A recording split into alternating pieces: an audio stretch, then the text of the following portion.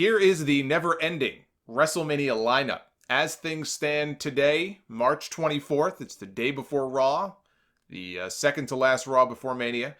WrestleMania in New York, at least according to WWE. You would never know that it was in New Jersey. They've told all of their performers and all of their announcers to call it New York. I guess because they're ashamed that it's in New Jersey.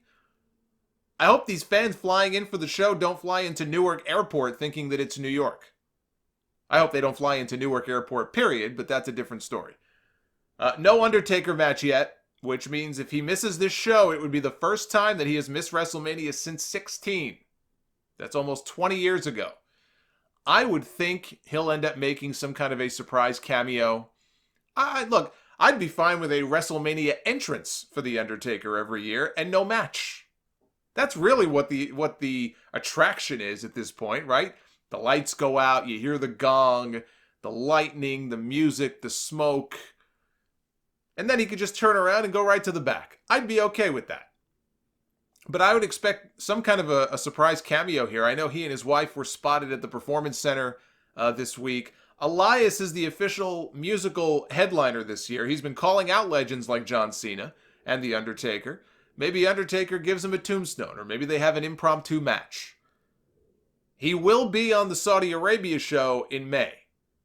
That much we do know. He will be on the Saudi show. He knows where the real money is. He knows that sweet Saudi money. So he'll be on that show. WrestleMania, though, it's a little more questionable at this point.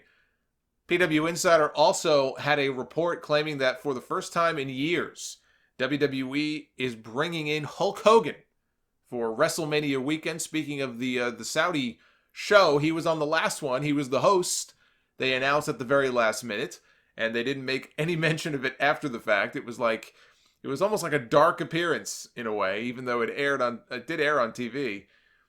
But he has not really been seen since, and so they're going to bring him in for WrestleMania weekend. No word if that means he'll be making an appearance on the actual show, but they say he could. The report anyway says he could be there in large part to induct his friend Brutus the Barber Beefcake into the WWE Hall of Fame. Beefcake is also being brought in for WrestleMania weekend. His name has been floating around as a potential Hall of Fame inductee. He and Hogan were thick as thieves, best friends for years and years, going back to when they first broke into the wrestling business. They had a falling out in recent years, but recently they kissed and they made up, and so they're now bosom buddies again. Beefcake was over for a while. With the Barber character in the late 80s in WWE, for all the fun that we can make of all the gimmicks and everything else, before injuries and that parasailing injury to his face derailed his career, Brutus the Barber Beefcake as a character in WWE was actually pretty popular. Never won any championships, but he had at least one pay-per-view main event. Actually, I think he had more than that. But he had the SummerSlam 89 tag match. It was him and Hogan against Macho King and Zeus.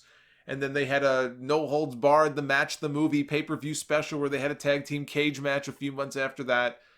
So he was featured in some pretty prominent positions. Of course, WrestleMania 9, wearing the ridiculous face mask. He and Hogan challenged. They didn't win, but they challenged Money Inc.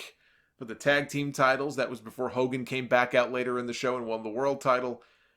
So the Beefcake character, the Barber character going into the Hall of Fame is fine with me. I mean, they've put a lot of characters from that era in, and Beefcake is as deserving as any of those characters. If that's what they're basing it on, they need names, and Beefcake certainly had a name. And no doubt he benefited from being buddies with Hogan. But I do think it's important, you have to be fair about this to point out that for a while he was popular. Now, I don't know what this means as far as a Hart Foundation induction. WWE still has not announced it. A lot of the other rumored names have panned out, but so far no announcement of Bret Hart, Jim Neidhart, and Jimmy Hart being inducted together as the Hart Foundation. Supposedly members of the Hart family were already making plans to travel in for the ceremony, so I don't think it was some, bullshit report. It's possible that they got bumped after they made the call to put DX in the Hall of Fame. We'll see. I mean, there's 2 weeks left to go. That could mean 2 more inductions. Let's say Beefcake is one of them. That would leave one more. It doesn't look, I haven't heard a thing about Bam Bam Bigelow being put in posthumously. You know, he and King Kong Bundy both New Jersey natives. Not in the Hall of Fame. This would have been a good year to put at least one of them in. But anyway, here's the rundown as things stand. Ronda Rousey defends the Raw Women's Championship against Becky Lynch and Charlotte Flair. We've got Brock Lesnar defending the Universal Championship against Seth Rollins. Daniel Bryan, not official yet, but he will be defending the WWE title against Kofi Kingston. Batista gets his match with Triple H, no holds barred. The last match of Batista's career. Unless, of course, the Saudi Prince asks for Drax the Destroyer on WWE's next show. I don't think he would do it, to be serious about that. I don't think Batista would go over there to wrestle for any amount of money. It's like John Cena last time argued didn't want to go to Saudi Arabia. Apparently Roman Reigns, had he not gotten sick, he was not planning on going over. Daniel Bryan didn't want to go over. I can't imagine that Batista would, and seeing some of the things he writes about on Twitter and stuff, I'd be stunned. Even if they made a big money offer to him, if he would ever go over there to do a show. So anyway, he gets Triple H here on this card. We get another final match, the final match for Kurt Angle. He takes on Baron Corbin as things stand, and what hopefully turns out to not be the case. And the real last match is against John Cena, which would be 2 years in a row if that happens, of Cena going into WrestleMania with an impromptu match. If they don't announce anything until the show itself and they send him out there as a surprise, that would be 2 straight years of impromptu matches for John Cena at WrestleMania. Drew McIntyre will fight Roman Reigns. AJ Styles takes on Randy Orton. So what does that make now? 7? I think we're up to 7 matches so far. Okay, let's keep going here. Samoa Joe competes in his very first WrestleMania. He defends the United States Championship against Rey Mysterio. Poor Andrade.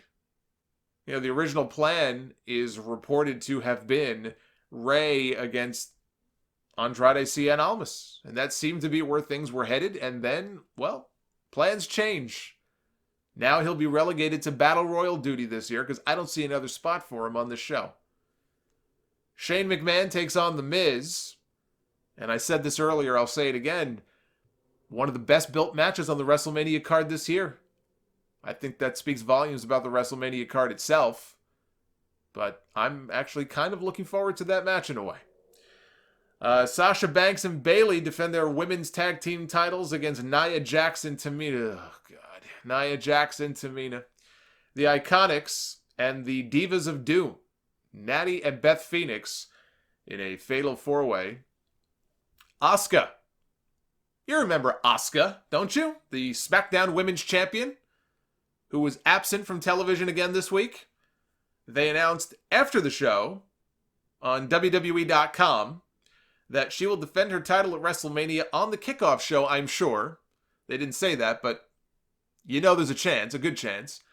Defending her title against the winner of a fatal 4-way match this Tuesday between Mandy Rose, Sonya Deville, Carmella, and Naomi. My guess, they all end up being added somehow because I don't think they have enough women for a Battle Royal this year. I read somewhere that they are planning to do a women's Battle Royal. I don't see it unless you fill it with half of the NXT women's roster. I don't think there's enough women to do the Battle Royal this year. So anyway, if they put them all in the SmackDown women's title match, that would get all of those ladies on the show. If there is one winner, I think it's Naomi. And we get a battle of the former tag team partners.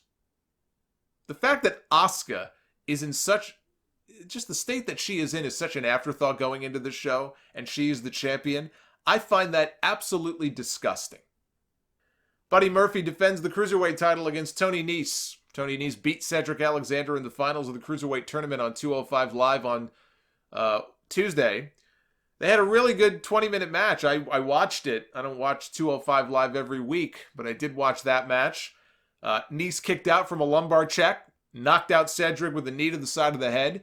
After the match, Buddy Murphy came out to celebrate. He and Nese have been connected as partners, as friends now for a while, and he came out seemingly to celebrate with his friend, and unfortunately he turned on him, and I guess Tony Nese now is a babyface.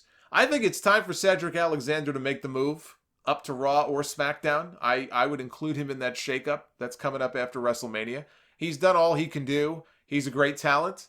And I think that he would... I guess it depends on how the rosters settle. I think he could do well if he's given the chance to do so. And honestly, if failing that, I wouldn't even mind seeing him on the NXT roster.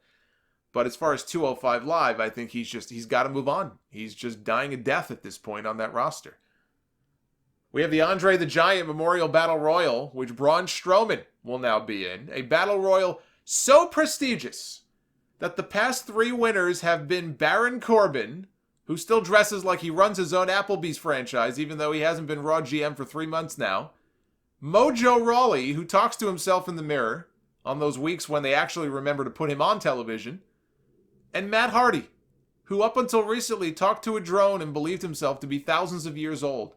And I say that as somebody who loved the Broken Matt gimmick, but let's not kid ourselves into thinking that this Battle Royal is anything that we should be taking seriously. It's something for Strowman to do, and probably a match that the 2 SNL goofs end up in. Like Drew Carey that year in the Royal Rumble. I'm sure Andre would be proud. That's 13 matches that I just ran down. That doesn't include a possible Intercontinental title match with Bobby Lashley defending against the Demon, which has been rumored. Or the Usos defending their SmackDown tag team titles. You'll notice, aside from the women, I didn't mention either of the men's tag team champions.